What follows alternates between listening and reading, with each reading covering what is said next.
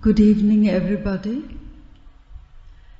Lopa is a former student of our school. She finished her studies in 1994. She is the author of 3 books, and she has made a couple of documentaries on the lives of Mother and Sri Aurobindo. This evening, she will speak to us about the mother's inner quest and how it brought her to Sri Aurobindo. Lopa. Namaste everyone. Thank you for coming, and I feel greatly honored to sit in this hall of Harmony, where I gave a talk when I was in knowledge, and here I am after more than 20 years giving a talk. So welcome to this talk. And today is the story of Mother's inner life, and she has recounted it herself, and I have collected her stories and I have put them together, and I hope I can be somewhat of a storyteller as she was, because she was a very good storyteller. So her life starts in 1878, but her inner journey started when she was very young. She was just 5 years old, and she started meditating. She had a special chair for herself, and she used to sit there and she used to think about the world and its problems, and imagine just a 5-year-old child. And while she used to meditate, she used to feel a consciousness above her head. She used to feel a light. And that was Meera, that is the child. And her father wanted to go to the circus because he was a very he was a man with full of energy, and he asked her that let's go to the circus. And this 5-year-old is telling her father, no, I have something more interesting to do, and that is to think about the problems of the world. Then as she grew up, she used to read history books, and something used to happen to her. So we know that history is someone's perspective. Someone has written it, and it's not necessarily the truth. So when Mother used to read history books, she used to see that the writing had become transparent, and she used to see a writing behind the writing, and sometimes she used to see pictures. And she told her brother, who was just 20 months older than her, she told him, what you're reading is not the truth. This is the truth. So she told him the story. And he said, how are you getting it? And she didn't know as a child. She thought everyone could see the truth as she was seeing. But slowly she realized that she was special. One reason was that her mother was a very practical woman. So she didn't believe in anything supernatural, and she didn't believe in seeing visions. And by the time Mother as a child was already seeing visions. So there was a period in Mother's life as a child that she used to wake up at night, not wake up as in she was sleepwalking, and she didn't have poetry in her. And she's a child, so not all children have poetry. But as a sleepwalker, she used to go to her desk, she used to get out her notepad, and she used to write lines of poetry. And she used to put it in her desk and close the desk and come back to sleep. So one day she forgot to close the desk, and her mother came to wake her up in the morning, and she saw that there was a poem there. And instead of praising her daughter and thinking she's really extraordinary, as a lot of us would think, so the mother took her to the doctor. She said, there's something wrong with your mind, so you need to see the doctor. But the mother says that was actually helpful, so she realized that she should not disclose her inner life to everyone because people are not ready to receive it. And she also knew that she is special, that there is something more in her than the normal children of her age. But then she used to play with them, and she was a very fast runner. So one day what happened is, she was running, and she came to the end of a road, and she didn't realize that the road ended, and there was a big drop of about 3 meters, and below the 3 meters there was hard rock. Like she says, there are flint stones that were kept for maybe paving the road later. So she just flew into the air, and all her friends came running after her, and they thought she would really be hurt badly. But what happened is, it was like a slow motion after she flew into the air. So she felt two angels with wings slowly holding her down and holding her on either side and bringing her down and placing her on those stones. So by the time her friends came, she saw she was standing there, not a scratch, not even dust. So they didn't know because they were children, but she knew that something is happening. So a little background around that time, we are in 1880s and 1890s. So in those days, there wasn't, of course, a lot of books that get translated. Forget the internet, and communication was very slow. There were no aeroplanes. Letters came by ships. So she didn't have an opportunity to know about Eastern mysticism. But she tried. And what she got was spiritualism. So spiritualism is not spirituality. So there was a movement, it started around 1840s and it went on till 1920s. So this movement of spiritualism was where a lot of people started exploring the dead, the world of the dead. So you may have heard of words like planchette and automatic writing and channeling. So what happened was there were a lot of wars in those periods, and a lot of people had lost their children or brothers or loved ones, and they wanted to communicate with these spirits. So some of these mediums said that we can communicate with these spirits. They'll talk to us, and through us they can send you messages of how they are or what they're feeling, and so it brought a lot of consolation to people. So that was the movement where she was. And there were big figures like Sir Arthur Conan Doyle. He wrote Sherlock Holmes, but he was really into this mediumship because he had lost a son in the war and his wife was a medium. So he really believed in this spiritualism or spiritism, as it is also sometimes called.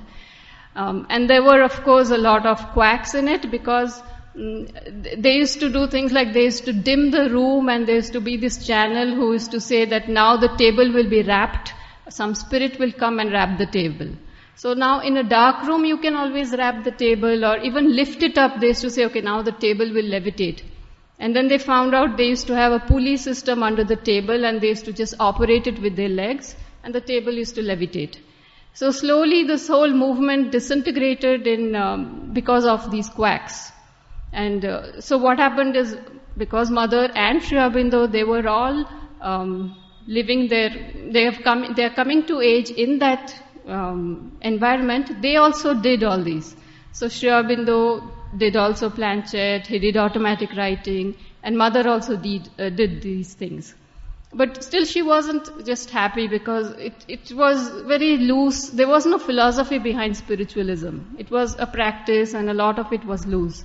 So she was looking for something, and at that time she saw this newspaper or a review that came out. It was a monthly magazine and it was called the Review Cosmic. So she found that and she saw a lot of good writings. So that was something that she held on to. And then meanwhile she was having experiences all the time. So one of her experiences was that when she was just 13 years old, she used to dream. She used to actually get out of her body at night, and she used to go above her house, and she used to rise far above her house, and she saw that she used to wear a golden robe that spread very far, and there were people who had come, people from the city who were suffering and in pain, and they were all in their dream state, but they had also come out of their bodies, and they were just touching the hem of her dress, and they were feeling reconciled. So they were feeling good for it, and she was healing. So she did this for night after night. And then when she was 20 years old, she started even a bigger project. So this project it's again related to the dead. So she felt that when people die, they go through a passage which is full of trouble because they have to pass through a vital world, and it has a lot of demons. And the souls that travel through that world are really tormented. So what she did is she created a passage through that vital world where she kept her protection, and at the end they used to see the light. So that whole thing took her a long time to build, and night after night after night she worked on that. And much later, in our age, like 20 or 30 years back, doctors have started studying this phenomenon they call near-death experience. So they have been studying, and all their patients who have actually died, most of them are cardiac patients. So they die on the operation table and then they are revived. So they say that they go out of their body and then they pass through a tunnel, and at the end of the tunnel they see a light. And most often they'll be, depending on their religion, they'll be either an angel or a being or an ancestral figure whom they loved, and that person will take them to an abode of light. So this thing that they experience is what Mother made. When she was 20 years old, she worked on it and she created it. So coming back to the Cosmic Review, so she found this Cosmic Review, and she found the persons who were running it. There was one person called Max Theon. So he was an occultist, and his wife, Alma Theon. So the two of them were running this magazine. So she found out about it, and it was called The Tradition, the Cosmic Movement. So a little background on Max Theon. So Max Theon was an occultist, but he sort of was shrouded in mystery, and he didn't tell about his past to most of the people. But people did some research and they found it's possible that he was a Polish Jew who gave up his Judaism, but he held on to the mystic aspect of Judaism, which is the Kabbalah. So he had his teachings from the Kabbalah, and in between he joined a mystery cult, which also dissolved. But in those days there were a lot of these mystery cults that was just called the Hermetic Brotherhood of Light or Luxor. And he was the grand master of that cult. And incidentally, there was the Theosophical Society, which also grew out of this movement of spiritualism. There were these two people, Blavatsky, Madame Blavatsky, and Henry Alcott. They were both in this brotherhood. And they pretty much left at the same time, and they went their own ways. And Max Theon found this woman in Britain. Her name was Alma Theon, after she married him. And she was an extraordinary woman, in the sense that she was firstly a channel, and she used to go into long trances, and she used to communicate with beings from other planes. So once they married and they formed a nice team, they came from Britain, they came to France, and that's where Mother met them, because she knew some friends of her brothers who knew these people. So she joined this group. But this couple, they wanted some seclusion to practice their occultism. So they roamed around, and then they found a place in Algeria, in southern Algeria, almost just north of the Sahara Desert. And there they found this little town called Tlemcen. In Tlemcen, they built their mansion, and they had a whole estate with a lot of gardens and all. And it so happens that spot they found is also a sacred spot. Like Pondicherry is a sacred spot, right? Because Agastya Muni and his wife Lopamudra had come here, and they had set up their ashram. And then Sri Aurobindo comes here. So it's not coincidental that Sri Aurobindo is here because he was escaping the British Raj and he found refuge in... So everything has its other dimension. So the other dimension is that this is a sacred spot, and Tlemcen was also a sacred spot. It was an Arabic country, but they had some of their saints, Arabic saints or Sufi saints, who were practicing there a long time back. And there were these dargahs for the Sufi saints. So Max and Alma Theon are there. And Mother needs something more concrete than just this magazine, because this magazine, first of all, is written in English and translated in French, and the translation was not good. So she went twice for a long period, from July to October. She went in, this is in 1906 and 1907. She goes to Tlemcen and she stays with this couple. And when she is with this couple, every day she says is like a miracle. She tells some of the stories, but she says there's so much to say and so much that we will not understand, because this is really deep occultism. So she goes there as a student and she sees this Alma Theon. Most of the time she's channeling from other beings and she's writing down what she hears from them, and then she translates those, and that's what comes out in this review Cosmic. So most people don't understand what it is.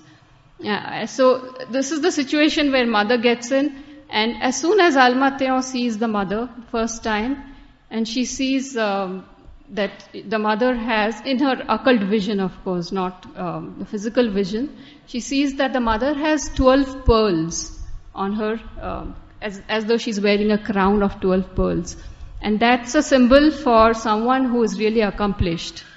And so Alma Theon recognizes her and she says, you are that. I mean, there's no word to describe it also. It's just that you are that, T capital. Like we say, in Sanskrit, Tat Twamasi.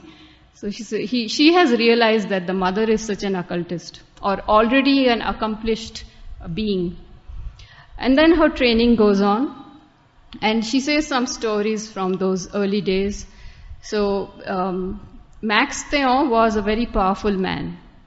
In fact, when the mother when she still didn't have access to the Cosmic Review, one of her recurring dreams was that she saw a sort of a being in her dreams who had a human form, and somebody had given her the Gita. So she had read the Gita and she knew that Krishna was a god and a revered figure for us in Hindus.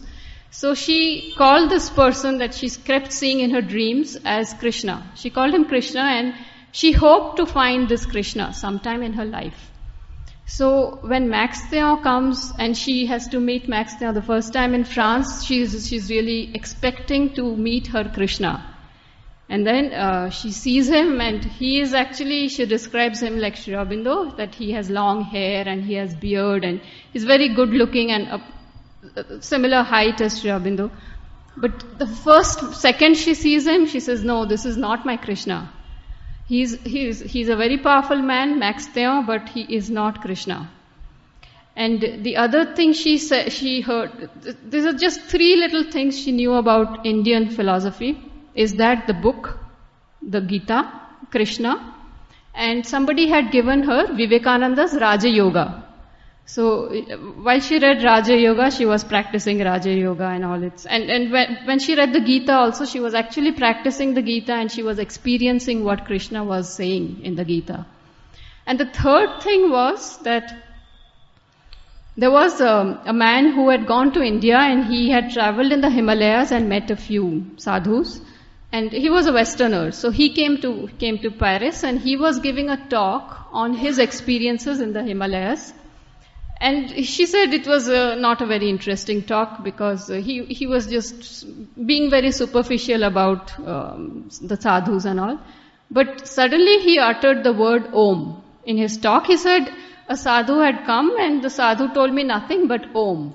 So as soon as he uttered the word, she saw the room filled with light, a brilliant golden light.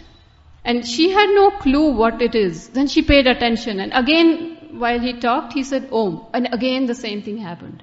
So she thought that everyone could see it, but then nobody could see, nobody found it extraordinary. So she just tucked it somewhere in her mind, saying that there is something called Om that I need to find out later. Anyway, so now we are in Tlemcen and she is studying. And so about Alma Theon, this lady was a channel, and she said to channel these beings she needed a lot of vital energy. So she used to never get out of her mansion. She was always in the house, and she was most of the time channeling and writing down, and she could hear Alma Theon talking to herself as though she is talking to a being. And once this lady told the mother that, look, I need so much energy and I don't get it from food, because food is not a very high quality energy. So watch what I do. So she went to her garden and there was a big grapefruit. So she takes that grapefruit and she lies down and she puts it on her chest and she holds that fruit and she tells the mother, come back after an hour. So the mother comes back after an hour and she sees that fruit has been squished like a pancake. And all the energy from the fruit has been absorbed by this lady. So she absorbed more than what we can absorb when we eat the fruit. So, and then another thing about this Alma Theon is she could materialize things. So mother used to go out for walks with Max Theon. And when she used to go out, she used to lock her room. But when she came back, she saw a wreath of flowers on her pillow. And she saw it again and again. Very often she saw that. And she knew the flowers, they just grew outside her room. But who could enter? There was a big lock in her door. And then she let it pass, and one day Alma Theon asked her, so did you find the flowers? So that's how mother knew that it was she who was materializing the flowers. And then mother herself learned materialization and dematerialization in her training. So one day, just to have fun, what she did was, she knew that her friends back in Paris used to do seances. You know by now what the spiritualism seances are. They sit together and somebody becomes the medium and they try to invoke a spirit. So what mother did, she materialized herself in the room. So they suddenly saw her, but they knew she was like miles and miles away. And then she took, to prove that she was there, she took a piece of paper and she took a pen and she wrote something on it. And then she dematerialized. And then later on they gave her that paper and apparently she brought it to the ashram and she had kept it for some time to show that it's possible. And the other things, she learned a lot of things, including colors. As it is, she had this vision of seeing colors. So she, like we say aura, so she used to see aura, and the aura used to change. So when she used to meditate with somebody, depending on that person's consciousness and what he is thinking, she used to see swirls of color around him. And she could communicate with those colors, and she knew the person before he could talk or he needed to talk because she was seeing through him. She was seeing the colors. And another thing that she learned from Theon is that we have this body, and then we know that we have a subtle body that we are perhaps not aware of, but sometimes in our dreams we can slip into the subtle body. But there are 12 bodies of that order, and every body is more subtle than the previous body. And they taught her how to get out of the first body, the material body, and get into the subtle body, from the second body to the third, to the fourth, all the way to the 12th body. And the miracle of it is that each body is aware in its own sphere. So the physical body used to continue to do its thing, it could even talk, but actually the consciousness has slipped through all the 12 layers. So there's one example where she and Theon used to work at it together. So she is going out of her body one by one. So she's reached the 12th layer. And she says there's a thin cord, like a silver thread, that connects all the bodies. And if that cord is cut, then it means death. So she says sometimes when you say someone has just died in sleep without disease, that's the reason. Because they would have slipped out of their material body and gone into their perhaps subtle body or some of these bodies, and they lost the link and they just died. So once she did this, and all the way when she was in some plane, in a very high plane, then she saw there was a box and something scribbled on it. She didn't know what it was. So she didn't know that it was written in Sanskrit. She didn't know how to read Sanskrit. But Theon knew Sanskrit. He had read the Vedas, and he was a very accomplished philosopher also, who knew a lot of philosophies of different parts of the world. So Theon told her that describe what it is. So she describes, and it happens to be her name, Meera, in Sanskrit. So then Theon says, okay, then I cannot open it, you have to open it. So open that box and tell me what's there in it. And Theon knew that they had gone to a plane. I mean, she had gone to a plane where inside the box was the mantra of life. That is what we call the Sanjeevani. So if you have that, the power, the mantra, then you can bring someone back to life, someone who has died. And Theon wanted it. He hadn't reached that stage. So he told mother, get me that mantra, open it because it's in your name. And the mother suddenly realizes there that this power is not for him because Theon is a very powerful person, but he's not ready for Sanjeevani. So she says, I will not give it to you. And he was so angry that he made a movement of anger that cut that cord, that silver cord. And then he got really frightened because that meant that mother would perhaps never come back to her body. She would just pass on. And then he was desperately telling the mother, concentrate on your body, come back. And then they both tried for a long time, and then she came back to her body. And then she says that that's how dangerous it is to walk out and not be able to walk back in. So in France, she had a few disciples whom she taught how to get out of the first body and go into the subtle body. And then sometimes she saw that some of these disciples got really afraid because you lose contact with the body and you think you are dead and you start panicking and then you may just cut that cord. So by the time she came here, she didn't teach it to anyone. In fact, all her occult practices, she didn't teach anyone. So there is a place where she says it's important, it's very nice to have these powers, these occult powers, and you have a lot of experiences, but it is not the divine. So you don't really need it to reach the divine. So by the time she was here, she had changed her plans and she didn't teach it to anyone. So all we have is her stories. But there was a sadhu in Rameshwaram. He was a tantric sadhu who knew a lot of occultism. So she sent some people from the ashram, actually not some, just 3, who were ready. She sent them to learn from him, but she herself didn't teach. And then about the power of Theon, just to give you an example. So one day it was raining and there were a lot of lightnings. So Theon decides to go up to the terrace at that time and he tells the mother, come with me. And she says it's dangerous because the lightning may strike you. And then he says, don't worry, just come with me. And they go up in the terrace and this Theon stands with his hands outstretched and he chants some incantations.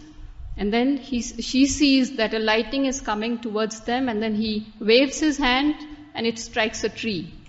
So she says, did you do that? And he laughs and he said, yes, I did that. So he had the power to play with heavenly elements like the lightning. And he had taught the mother a lot of tricks. So once, after her second trip to Tlemcen, she and Theon were returning together back to France. And of course, in those days, there were steamboats, steamships. So when they were crossing the Mediterranean, it started raining and then there was a storm. And the ship was tossing. So Theon and the mother go to the captain and they ask that, is it dangerous? And the captain says, it is so dangerous that we may not live. This is so bad. So and then Theon looks at the mother and says, go stop it. So the captain's looking at them and say, what language are they speaking? He's really amused. But mother knows what he's saying. So she goes to her cabin and she lies down. She gets out of her body. And she goes into the sea and she sees a lot of these beings without forms who are having fun.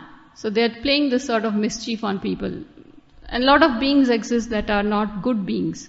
But she cajoles with them and she pleads with them and she says, these are just innocent people, you should not do this. And after half an hour, finally the storm abates. And then she comes back to her body and when she gets out, she sees everything is fine, people are making merry and nobody knows what's happening. So this was true everywhere she went. Like we see people and we see what they do, but she used to always see forces. And she knew how to manipulate the weather, especially the weather she knew very well. So often when there was a bad rain and it was the 2nd December program, Like last year, I hear there was such a rain that the program had to be postponed, and the sports ground was all flooded. So apparently in Mother's time also it used to happen. But she used to go to the sports ground and it used to not rain because she had total control over the elements. Okay, so one more story from her days in Tlemcen is that this lady Alma Theon, she used to practice telekinesis. So telekinesis is without touching an object, you make it move by just the power of your thought. So they had a huge table, and once Alma Theon was sitting on one side and an Arab had come to ask her questions about her practice, and he was not really convinced, and he was being a skeptic and bothering her with his questions. So to play a little trick on him, what she did is, without touching the table, she made this table rise. And it was a huge table. It was a rectangular table from one end to another, very heavy. So she made it rise, and then it ran towards him, or it chased him. And this man was so scared, he just ran out of there. And the local people in that area knew Theon and his wife as the magicians. So they kept the distance because they were not sure how they are going to interact. But they were not alone. There were a lot of students who used to come to learn. Just like Mother, there were other people who were interested. Most of them were from France. They used to come and stay months with Theon and learn from him. So now let's come to Sri Aurobindo's life.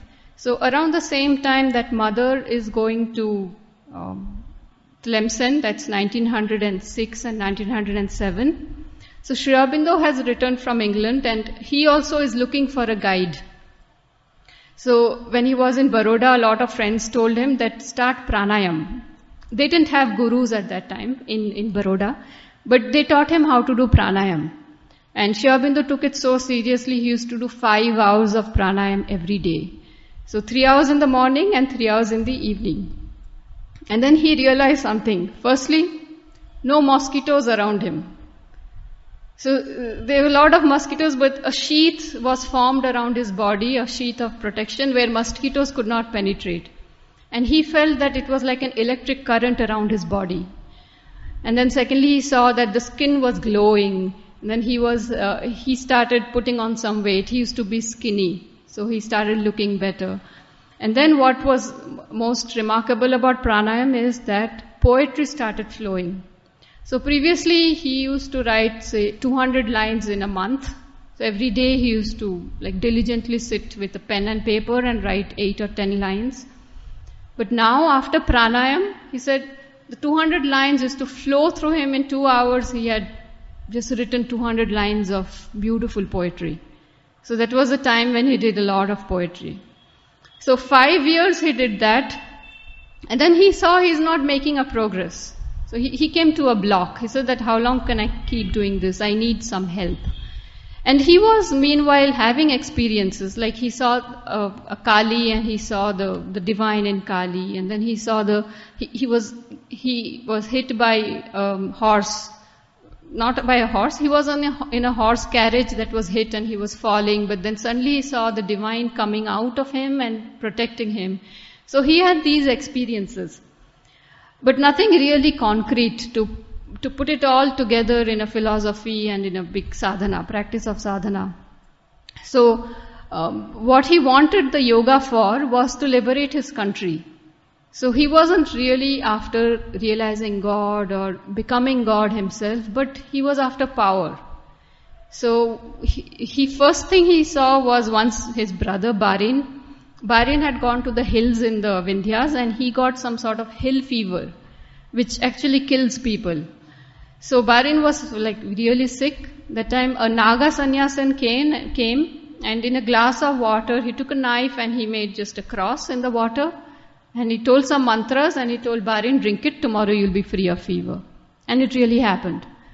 So Sri Aurobindo thought, okay, that is power. I need what he has.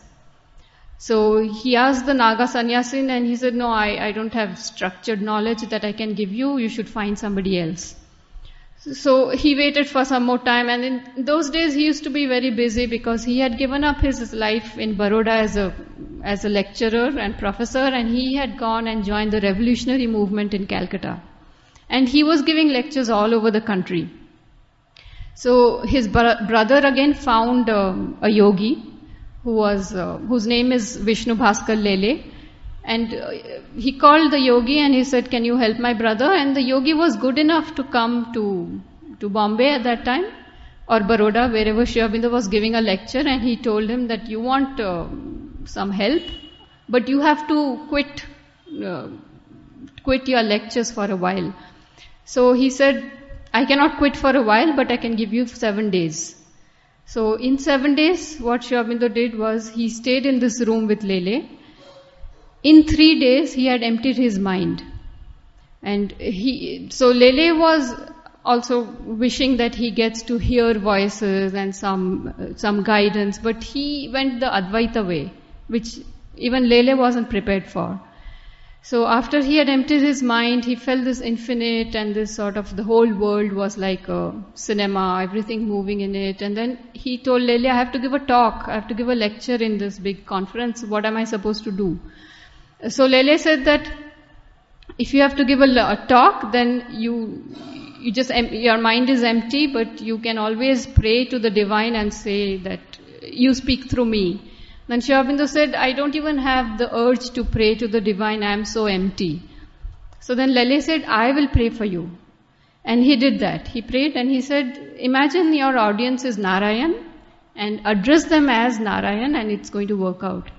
And then his talk, instead of talking just politics, he was talking about nationalism, as in nationalism as the religion, and that you should bring God into your love for your country. And from then on, he said that the silence never left him, and he never really talked or did anything from his mind. He always did it from a region above his mind. So then again Lele came to him and Sri Aurobindo said, "Now I'm going to Calcutta, but you can't come to Calcutta. What am I supposed to do?" So Lele was giving him instructions to continue his sadhana. And in between Sri Aurobindo said, "I have gotten a mantra from within." Then Lele stopped and said, "So that voice that is speaking to you, do you trust it?" He said, "Yes, I trust it." Then Lele said, "I have nothing more to give you. You have already done more than I can give you, and trust this voice and go on." And from then on he had no guru and he trusted this voice, and we know what this voice did to him. It was the Adesh that took him to Chandan Nagar, and from Chandan Nagar he came to Pondicherry, and also the same voice helped him when he was in the jail. In the jail in 1908 when he went to jail, he was really disturbed. He thought that the country needed him, so how is it that he's gone to jail? So he was questioning God, and the voice told him that you don't worry about the country, it's safe, it's in safe hands, and you need to do something for humanity. It's not enough that you do something for India alone, but the whole humanity needs something from you. Then he started his yoga and he had the Gita, and for 2 weeks Vivekananda had passed away in 1902. But for 2 weeks, Vivekananda's being had come and he was giving instructions to Sri Aurobindo. And then we know the whole story, how in a year's time, Chittaranjan Das comes and he's freed from jail. And then from the jail, he comes to Pondicherry. And when he comes to Pondicherry, he has this voice, or the master of yoga, as he calls this voice, gives him this whole program of sadhana, that he calls the 7 quartets or Sapta Chatushtaya.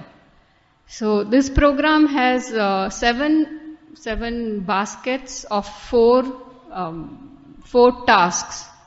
Put it very blandly, that's what it is. But each of these is it's a big step in the sadhana. For example, the Ashta Siddhi that we have in our traditional yoga, those 8 siddhis just fall in one of those 28. So he's practicing these, and while he's practicing these, he's putting them in his diary. So by then he has started a diary, and the diary is of course the record of yoga that was published about 10 years back. It's available now, and this diary has a lot of sounds in Sanskrit, seed sounds, but everything is explained. So you have Sri Aurobindo's language. In Sri Aurobindo's language itself, you have the summary of what these words mean and this whole program of Sapta Chatushtaya. So the record of yoga is available. And in the record, what we see is that Sri Aurobindo is like a scientist. He's noting down everything that, for example, he's saying that there is a crow there and I am influencing the crow with my power of willpower. So he tells that the crow doesn't want to fly to the left, but I am asking it to fly to the left. And then he is observing. And he sees the crow flies to the right, and then it hops to the left, and then it flies to the right, and then it hops to the left. So he observes everything, and then when finally Sri Aurobindo applies the full willpower, he sees the crow as though physically pushed to the left. And then he does that with ants. Whatever he sees around, he sees squirrels and ants, and they used to have a dog. He sees that the dog didn't like to have bread. So he puts his mental power and he makes the dog eat bread. And then suddenly the dog is eating only bread. And then he has these 4 people with him, 4 disciples who had come from Calcutta, and he is doing he's practicing his powers on them. So he wakes up Moni was one of the disciples, and then he says he put his prakamya on Moni to make tea. And then after 10 minutes it worked. So for 10 minutes he kept putting this, and then Moni made tea for him. So this was Sri Aurobindo's yoga, and he was ready for the mother at that time, and 1914 the mother was ready for him. So she had finished her occult practices and he had also done his practices. And then the meeting happens. So there also it so happens that mother meets a man who had also gone to Tlemcen for studying occultism, and his name is Paul Richard, and she marries him. And he is a French diplomat who comes to Pondicherry, because Pondicherry was a French territory at that time, and he has come to canvass for an election, not for himself, but for somebody else. And the first thing he does after landing in Pondicherry, he asks people around and he says, I want to meet a yogi, because I know India is a country full of yogis. Give me one yogi. So, and then he's talked to the right person, because Sri Aurobindo had just landed in Pondicherry in 1910 at that time. And he was living secretly in a house. And it so happened that Paul Richard talked to one of Sri Aurobindo's disciples, local disciples, and the disciple whispers in his ears and says, you are very lucky, because a great yogi has just landed here. And then the interview is fixed, and Paul Richard goes to meet Sri Aurobindo, and they have a discussion. So it seems mother had sent the hexagram, which is it's the Sri Aurobindo symbol, the 2 triangles embracing each other. So that's the hexagram, and that existed. The symbol is a very ancient symbol. So it existed in Judaism, and it's called the Star of David. And from Judaism it came to Islam, and you see it's used in Islam. And the Star of David is also in the Theosophical Society. In their emblem they use it. And it was there in Hinduism. In Sri Chakra you have a whole series of these triangles. So now we know that this triangle means Shakti and Shiva.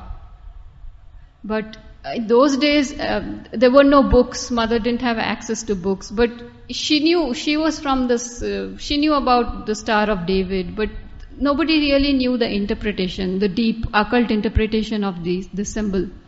So apparently Paul Richard brought this symbol and showed it to Sri Aurobindo, and he gave an explanation that he took back to the mother, and mother was satisfied. So that was the first lesson for mother finding Sri Aurobindo. So he had passed the first lesson. And the second lesson, which was the harder one, was that she was looking for her Krishna. So he had to be the Krishna that she was looking for. So, but it took a long time, 4 years. Paul Richard goes back, they lose the election, and he goes back, and then Again in 1914, there is an opportunity to come back to Pondicherry as a diplomat. So he brings the mother, and that's when she meets him on 29th of March. She has an interview with him. He lives in the guest house by now. And in that interview, she climbs up the stairs and she sees him, and she sees him in profile. And that's the exact image of Krishna that she used to see again and again in her dreams.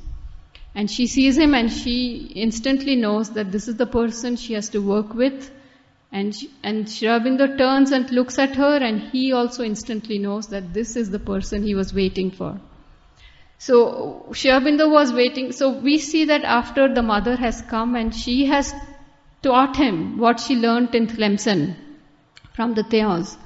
They both had occult experiences, but the structure was different. So she teaches him what she learned from Theon, and we see that his language has changed at that point. Some of these terms that Theon used to use came into his writing, like the psychic being, for example. There was the word soul and Antaratman, Indian terms, but the word psychic being came from Theon. And that was one of the biggest contributions of Theon to the mother, that he told her that there is a spark of the divinity inside you. See, we just take it for granted after so many years, especially since we have grown up in the Hindu way. But think of Judaism, they had a God high above, he created the creation and then he went away, and then he's waiting for the judgment day where he will decide who will go to heaven and who will go to hell. And even the God of the Christians, that this God far away has sent his son. The son has suffered for the people, and therefore the people are redeemed. But there is no intimacy with this God, and that he or she does not exist within you. And the fact that you can one day transform yourself and become like him is really revolutionary. So that first idea Theon gave to the mother. He said that there is a spark within you. And that really was revolutionary for her.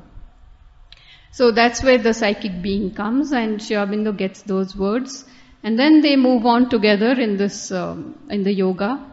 And we know the rest of the story. It unfolds in Pondicherry. And how they make this creation, the overmental creation, and then they dissolve it. And then Krishna comes in Sri Aurobindo, overmental delight, and then mother starts the ashram, and the rest of the story is well known. So I wanted to read something from a book I have written that I was inspired to write it from reading the Record of Yoga, where Sri Aurobindo writes about his experiments. So I created some characters who are like Sri Aurobindo doing their experiments. So this character explains what Om is. So someone asks him that, tell me what Om is, and this is what he says. So you want to know what Om is? Let me see.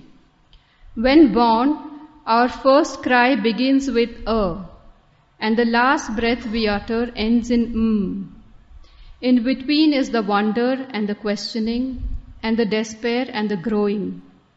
In between is the stumble and the fall, the walk and the run, the geometry of lines, the geometry of relationships, the geometry of doubt wrinkling the face, and the questioning. Why is this happening to me? Why am I here? And the forgetting. The duties taking over, the schooling, the earning, the pursuit, a love, the interbreeding with other lives, disentangling, re-entangling in other forms. And the knocking goes on, the knocking of the fledgling's beak against the eggshell. There is something beyond the shell, even beyond the grand eggshell, the universe. And then the crimes of ambition, the gilded chains, the savior swords, success with its lizard eyes watching our every move. The knocking resumes more urgently. Then the respite of forgetting, the gloating in glory, the bloating of the ego, death of a near one, moments of clarity, always a relative clarity, then return of the cycles. Then suddenly disease, that stark reminder, breeding helplessness, bringing humility, if we are lucky, otherwise bitterness. And again the refrain of questioning. What was the purpose? And my purpose? Was there a goal that I perchance missed? And the despondency that eats at the soul's roots. Have I cheated myself? And the world falls away instantly. The groping, the knocking. Is the shell giving way? A parting of clouds. The sun streaming in. And one day the last utterance. From the first to the last breath, all we did was utter a long Om. All our life is nothing but a single Om that the mighty sacrificer offers to the fire. And while he pours the oblation, he chants Om. That's it. Okay, thank you very much.